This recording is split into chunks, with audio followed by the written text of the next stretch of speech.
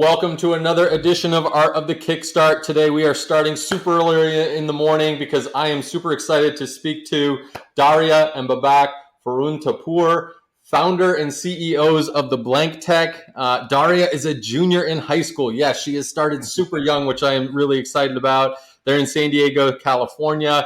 In her free time, she enjoys lots of things, but mostly solving problems in novel ways. She's joined by her dad, Babak, who helped with the prototyping manufacturing process. This is actually your third invention together. So I'm really excited to, one, have you guys on the show and talk to our audience. So welcome to Art of the Kickstart.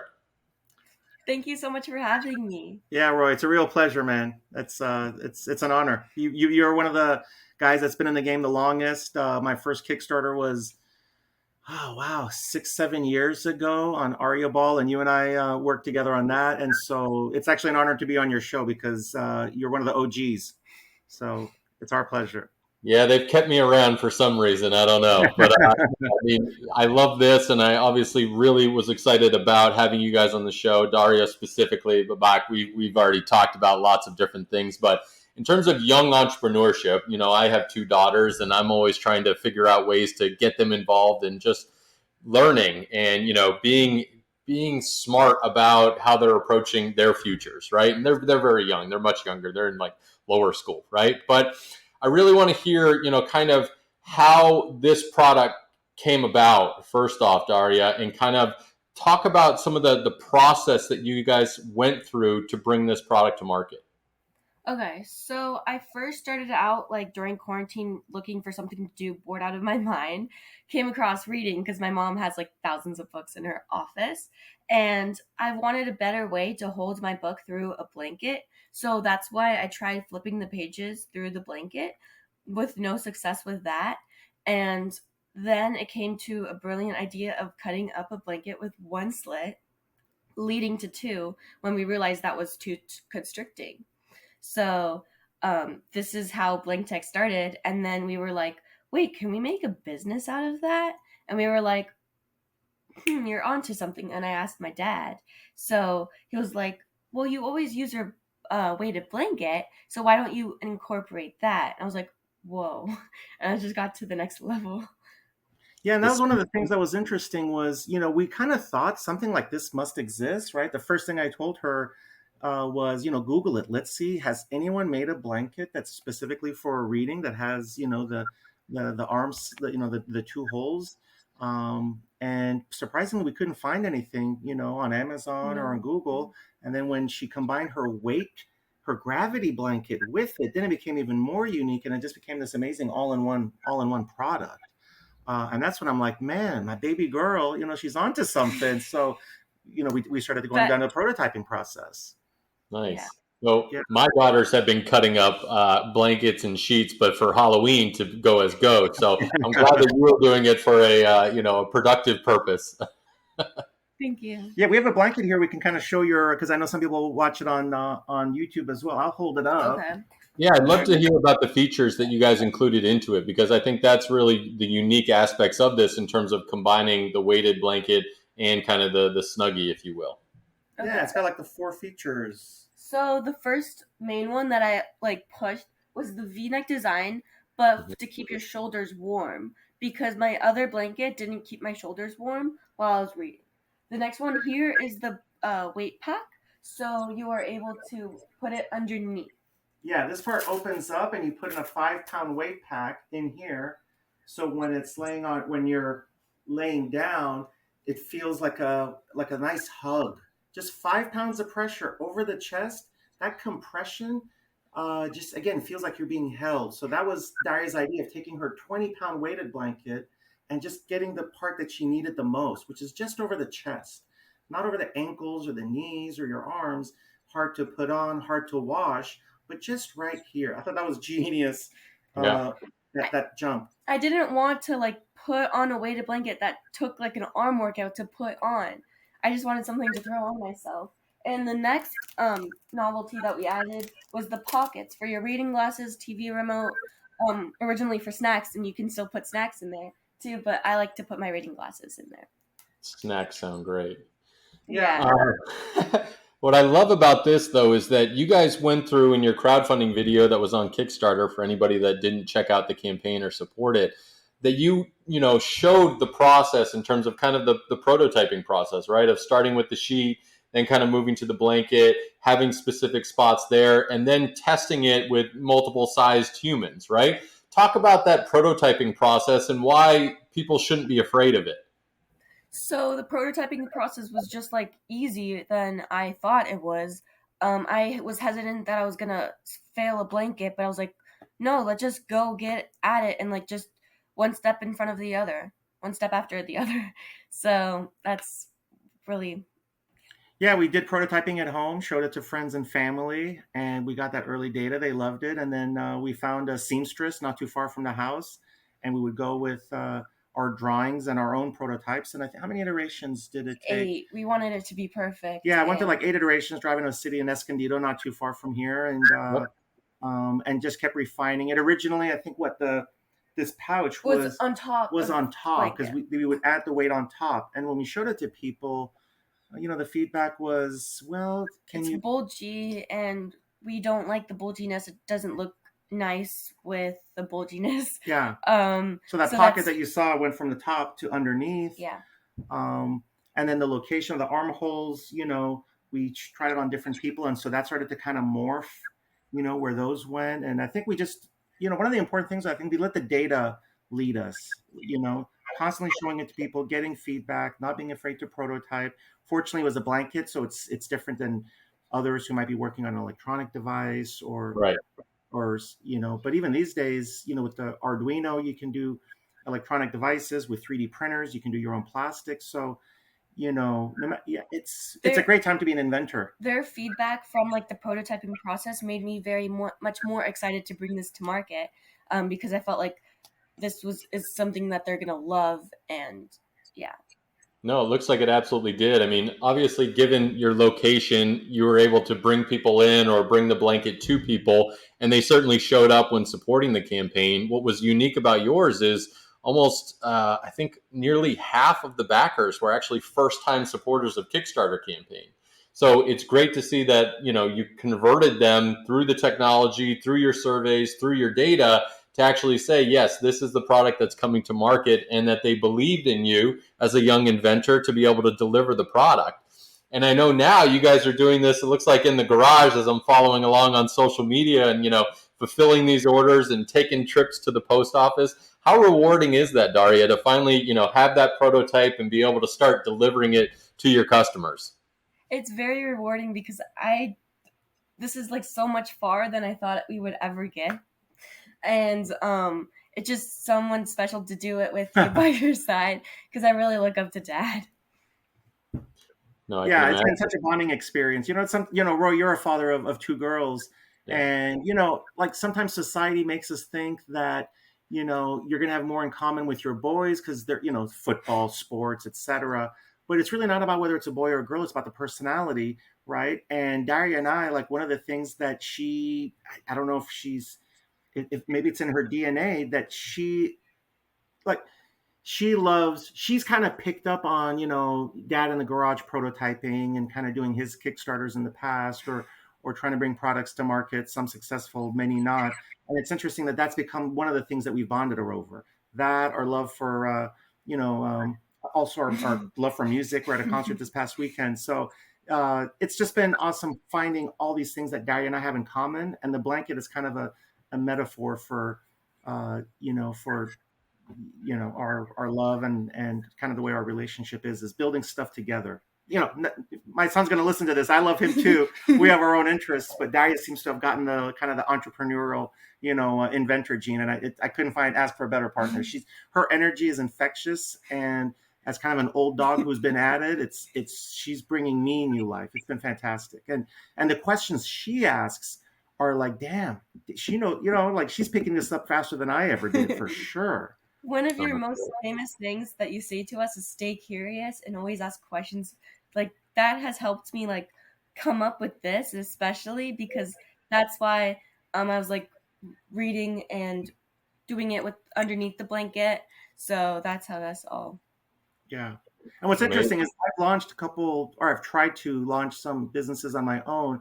And for the most part, it's been a learning process. I haven't had the right partner that you need in order to be successful. And I would have never thought that, Darya, my daughter, would be the right partner. And in fact, it's her business and I'm partnering her, that it's like, wow. So like we're both becoming successful. It's really interesting because all the other ones have been, you prototype it, maybe you get the patent, but then it's when you do this kind of didn't work out. This one, I'm so proud of her, like her first one out the gate, it's taken me 30 years to get to this point, and this girl did it in like, 2 years. So I'm in awe of her. It's pretty funny.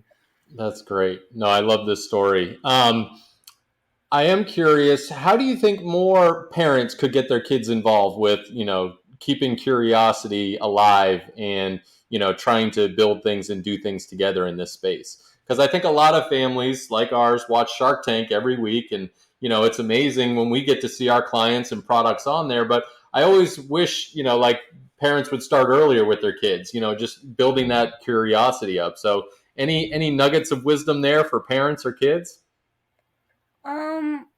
Just ask questions around. That's pretty much all I did. I was like, that's how. I think to Darya's point, it's like being curious. To this day, I don't know if it's nurture or nature, right? Yeah. Roy, better than anyone, it's like you're only going to be successful if you're solving a real problem. Yep. And that problem requires, ingenuity to even know that there's a problem. That's sometimes half the battle. And so for Darya to have that notion of like, why doesn't someone make a blanket that makes it easier to read? I don't think that's me or Pulak necessarily. That I don't know if that's parenting, might be, but a lot of it is just. I think there's this inner entrepreneurial, curious person inside all of us, and you just got to feed it. And the parents can help, but ultimately it's up to the child to be kind of bold enough to be like, you know what, I can, not to get all over dramatic, but I can change the world. I can create something that never existed. Yeah. And I think parents can nurture it, but that fire has to be there to begin with. So I think it's that age old question of nature versus nurture. And I don't know what the answer is. I wish Pulak and I could take credit for Darya being very curious, but at a young age, she was very observant. Yep. Some people go through life, they just eat, sleep, work, college grades. Darya does that, but she's also just very literally kind of looking around. One thing I want to say about Darya, I'm so proud of, is she joined sorry to gush about you, but her and her brother entered this camp in Washington, D.C. It was a young leadership camp, and she came to me. She's like, I'm so excited to go. I'm like, oh, because you're going to make new friends and kind of learn more about the U.S. political system. She's like, no, because it's going to put me in situations where I can find new problems to solve. Amazing. Like, what 16-year-old going off to camp is thinking along, it'll put me in an environment where I can find new problems to solve. So, Roy, to answer your question, I think it's a little bit DNA, Yeah. So, that's what I think. Yeah, I think also, with the age of distraction that we're in, I don't think, we allow ourselves to get bored anymore. And I think boredom allows us to spurn on that curiosity, right? And find those opportunities out there to solve problems or just sit with your thoughts and, come up with these creative ways to solve problems. I just don't think, with mobile phones in front of us, we can be as distracted as we want all of the time, but we really don't allow ourselves to just sit and ponder. And exactly. And to your point, I think the fact that we don't allow Darya on social media, to your point, maybe that's a check mark for, a win for the parents, which is like, yeah, she was bored. She was, not sitting there, watching TikToks all day. So Right.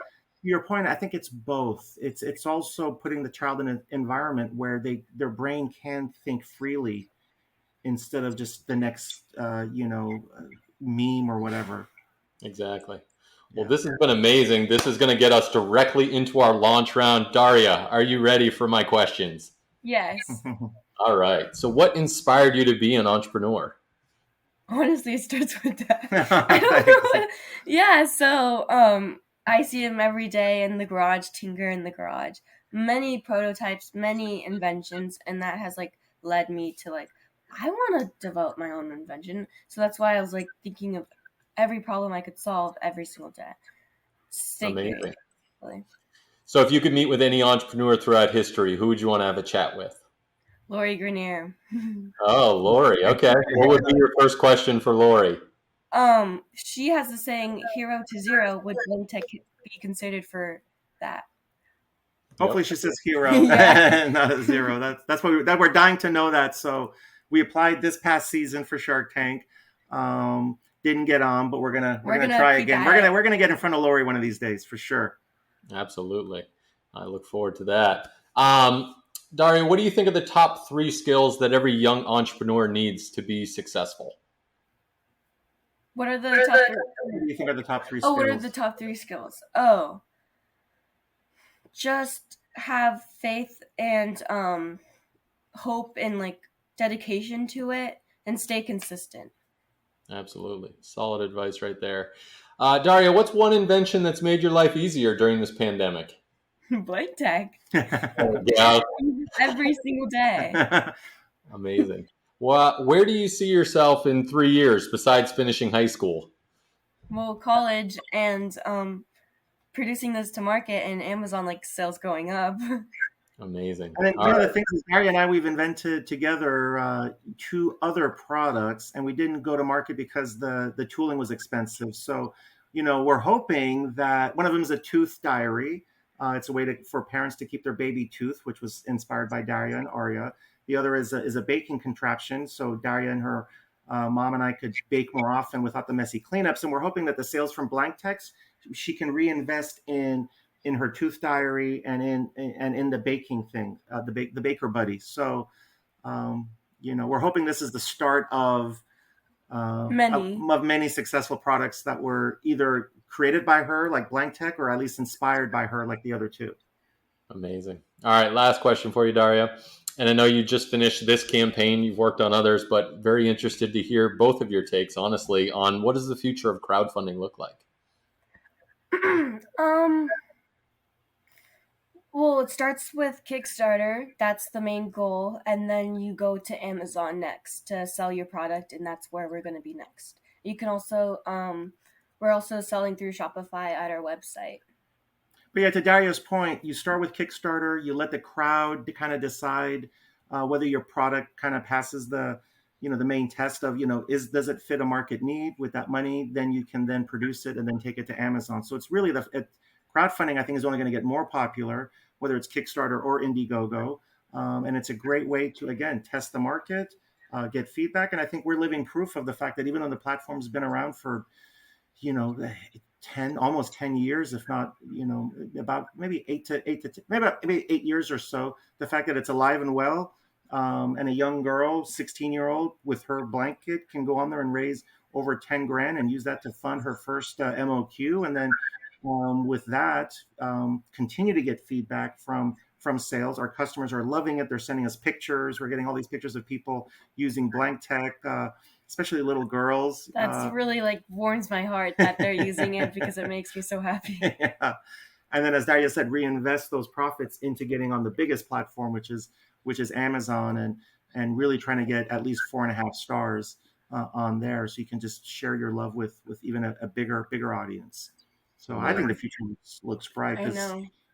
It's been a great platform, and their fees are reasonable, and the audience is huge. And thank God that crowdfunding exists, because if we had to do it on our own, we probably would have. But then we're taking on so much more risk. Right. With crowdfunding, it eliminates the risk. You can still choose to do it on your own, but if the crowd loves it and you get the backers like we did, we thought originally we get a lot of friends and family, to support Darya, but holy smokes, the Kickstarter community just it went bananas. It bumped it up. I mean, boom, boom, boom. I thought, okay, well, our goal was 3,000, and that was actually not let's set a low goal so we look like winners. No, it's hey, we need about 3 to 5K, to do it, and we did 12.5. So I mean, we love the Kickstarter community, and then the feedback, the comments, people writing us all the time saying, can you do more designs? Originally, it was going to be 2 blank tech designs, but the community wanted more, so then we negotiated with the factory to get 4 different designs. Oh, that's great. Another thing I want to leave your listeners with that I think is important from kind of the business.